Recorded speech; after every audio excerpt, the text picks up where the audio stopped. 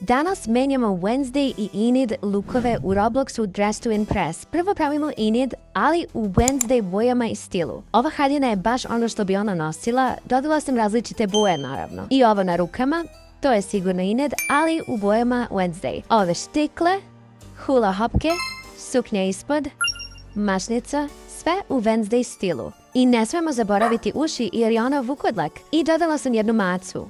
Savršeno za završni touch. Evo kako izgleda konačni look. Sada menjamo Wednesday u Enid look. Kosa od Wednesday, ali u bojama od Enid.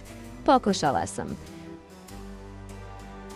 Pa ove neke pantalone i kombat čizme bi sigurno Wednesday nosila. Onda ćemo dodati crnu kožnu majicu. Naravno promenit ćemo boje u Enid boje. Kaput bi sigurno Wednesday nosila. Onda gomilu knjiga jer ono vežba magiju sa njima. I za kraj mislim da je ovaj šešir savršen za nju.